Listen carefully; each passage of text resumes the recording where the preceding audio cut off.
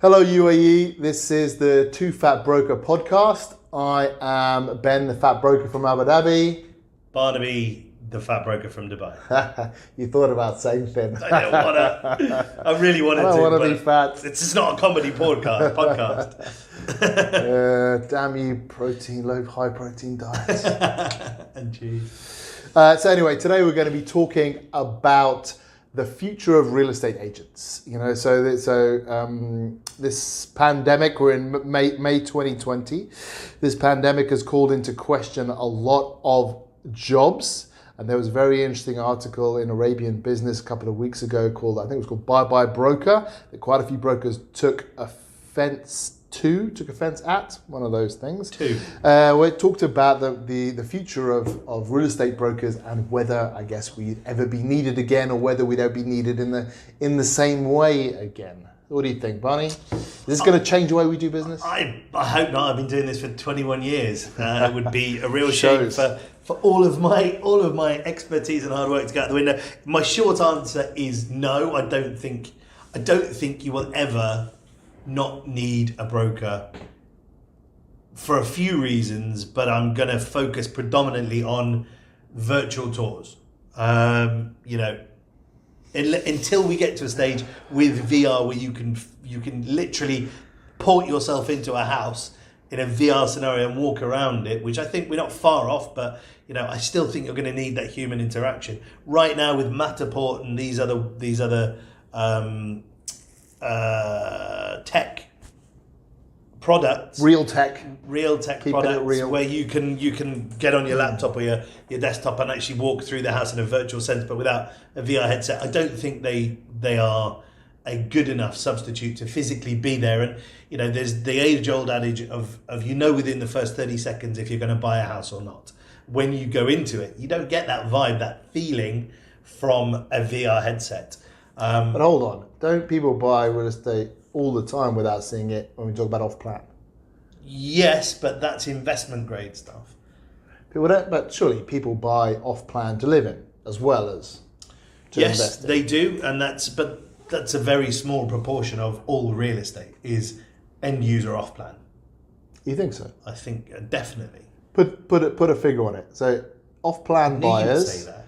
Off-plan buyers, what's your split end users to investment? Well, I mean, sadly, off-plan, I missed that boat and it was never something. I'm more of a purist. I like to deal with people. But I would say you're probably looking at about 70-30 investment versus end user. Total guess? Yes. Okay. I mean, me, total guess, I'd say similar, even less probably. In Abu Dhabi. I would say it was an educated guess, not a total. But it's exactly as you say. I think me personally, I'd feel uncomfortable buying a house for my family that I'd only seen pictures of. And because they do a bit of virtual reality now, not a lot for off-plan stuff. But also you need to know the neighborhood. You're looking at floor plans, yeah.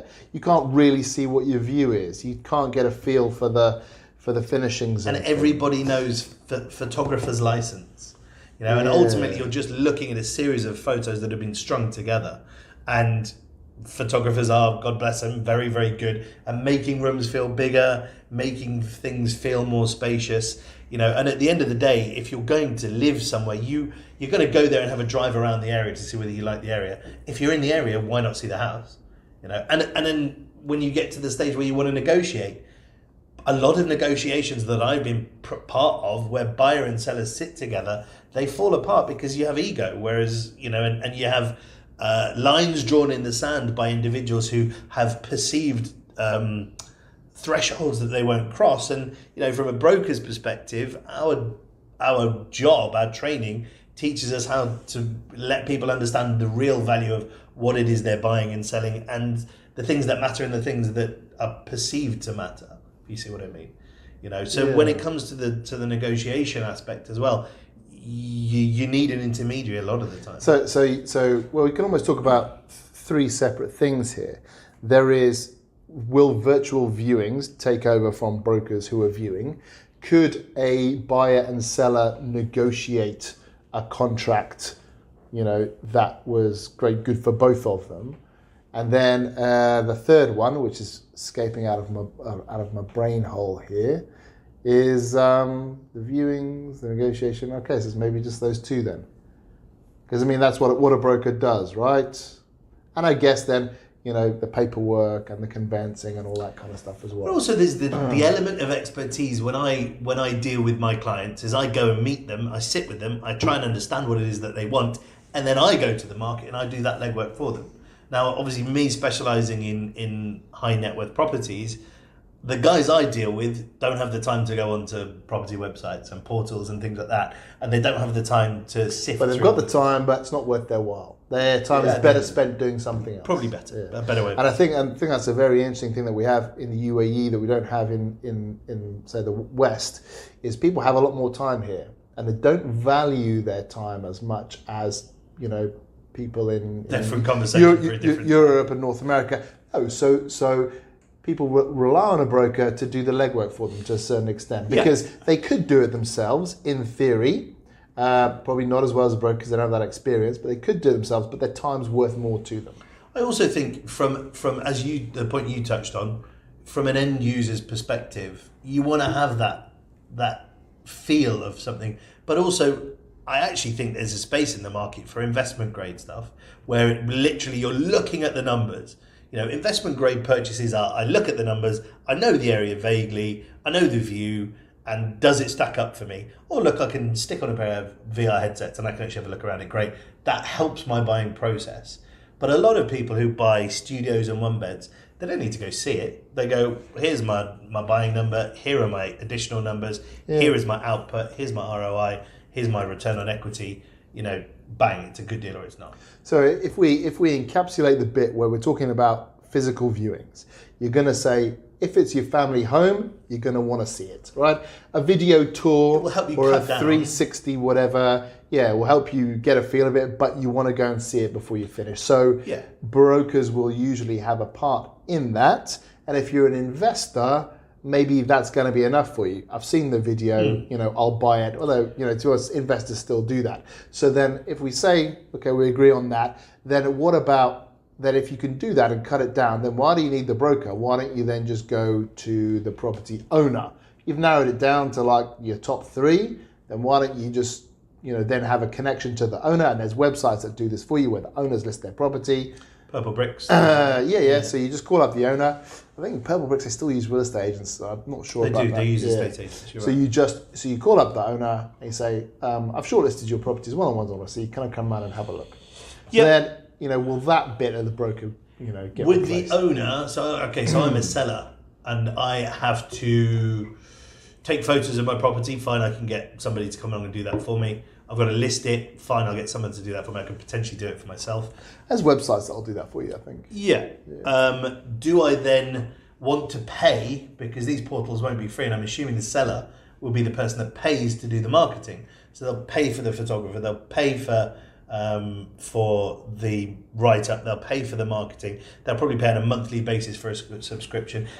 Sellers typically here don't want to pay anything, and they're fortunate enough to not have to really pay transfer fees because they paid them when they bought.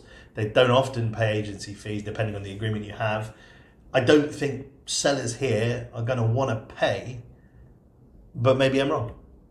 Well, let's say the buyer pays. So let's say there's a website that does all pay a this, and subscription. it does all it for free, and then the buyer then signs up, and then if the buyer buys, they pay the website. I feel like you and I might be doing a Q&A for somebody to set up a business here. So let's have that. Let's have this conversation between the two of us.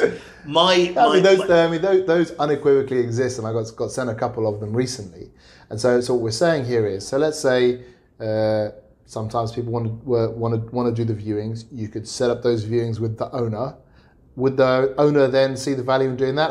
And if anyone has ever listed a car or anything for sale on Dubizzle, would they want to deal with the number of pillocks and dipsticks calling up, wanting to come and look at their house? What is your last price? With no, you've listed it for 10 million, you take 4? Yeah. Would they want to deal with that? Or are they paying someone, because I actually did pay someone to sell my car for me because I couldn't handle that. That didn't go very well. To actually, perform a screening process. Yeah, I mean, it's horses for courses. I mean, I think going back to to the VR route, the Matterport, these virtual property constructs that you can walk around, I think from a buyer's perspective, it would actually be really good in terms of narrowing down what you want to see, and you go, okay, fine, I've been in that one, I didn't really like the feel, but I'll go and have a look at it just to be sure, or I've seen it on VR, I definitely want to come and have a look at it. So maybe from a broker's perspective, it would just mean we have less zero return viewings. Yeah, no, I think, and what we're doing currently is we're, as part of the coronavirus adaptation, is taking videos of every unit we go and see, so we can send these to our clients, and we share those videos so that we've got that Welcome stock. to the 21st century, Ben. Our clients can narrow it down. Well, we've taken pictures in the past, but never videos. So now we're trying to do that video. Well, ours is a little bit different to yours because you've only got, let's say 20 or 30 listings. We've got 800 or 900, because we do a lot of leasing. Okay. Yes, far more than I want, but data. But there you go. Well, I mean, even in one building, if you take Etihad Towers as a great example, there's 800 units in that building, and they're all different because it's a curved building. So your video for one is not going to be the same as your video for another. Gate Towers goes like that. It's all different. Like a reverse Weeble. Yeah. Look, I think there's a space for it. I definitely do, and I think anybody who tells you there's no room for it in this market is kidding. Well, so we've still got to break it down. So viewings we've done, we've spoken about that. What about the negotiation? What does a broker bring to the table in terms of negotiation that an owner couldn't do with a buyer and a seller? I think there is a degree of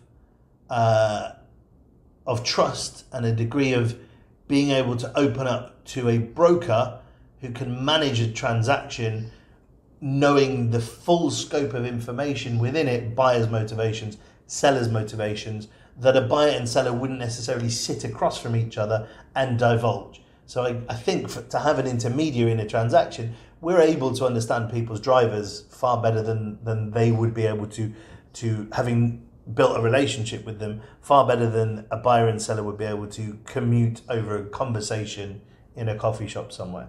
So I think you would probably find the ratio of transactions agreed with both happy buyer and happy seller are higher than if there's a broker in the middle. Yeah, and I also think, have you ever had this, introduce the buyer and the seller and they've hated each other? Yes. And I had that when I bought my own house. And we had that recently, and I physically had to separate them because they were arguing so badly. You closed it. And we still closed the transaction, but I've never spoken to two people so much in my whole life to try and calm them down, because buying is and selling is an incredibly emotional. People think they're very rational, but they're very emotional. It's an incredible emotional process, and what you want is someone who's hopefully cold-eyed and steely-hearted in the middle to take the emotions out of it. That's you, that is. And do a deal. Yes. Cold-hearted and other people have emotions. I just pretend to have them. Yeah, no, I think you're right. I think that any negotiation is great with an intermediary. I think you're right. And as I said to you before, it's good for somebody to be able to. People are hugely emotionally attached to their houses, and most of the time, the number doesn't really even come into it. It's the feel of. Actually, that's probably not true. The number does come into it, but it's being able to get them past their emotional attachment to the house and actually view the number, because you're selling not just bricks and mortar. You're selling history. You're selling experiences. You're selling life moments that people have had in that house. Yeah. Memories, emotions, and likewise, you're selling people's or you're buying people's aspirations and dreams from the buyer's perspective. I'm emotionally invested in this house now. I want to buy it. I've emotionally moved in, and it's imperative to have somebody who, as you can say, can separate fact from fiction in a negotiation. Yeah, and some interesting psychological points. Like people value loss twice as much as they value gain. So they have more of an emotional reaction to losing 5 dirhams than gaining 5 dirhams. So, if you gain 10 dirhams, you have the same emotional reaction as if you lose 5. People hate losing. So when you're selling in a falling market, when someone is selling something and they're getting less than what they paid for it, that is incredibly difficult for them to overcome. Yeah. Particularly if it's a family home and they've got memories, and and I guess you need someone to professionally guide them through that. So what we're saying talking about how great brokers are, we're like psychologists, intrinsically linked mathematicians, all rolled into one. Yeah. So look, I think our role will be downplayed a little in terms of physically going out and seeing, doing viewings, but I think our role is fairly secure for now.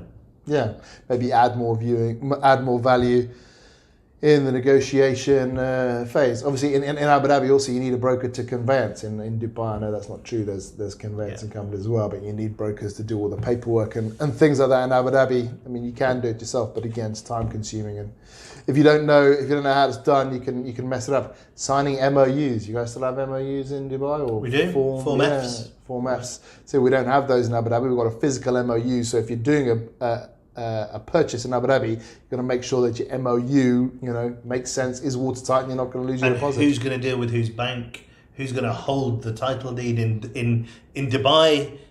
If you buy something with a mortgage, when the buyer clears the seller's mortgage, you then put a block on it, which means that the property can't be transferred to anybody else.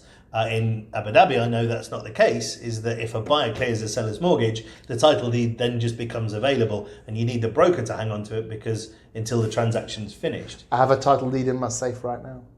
Yeah. And about 4 deposit checks.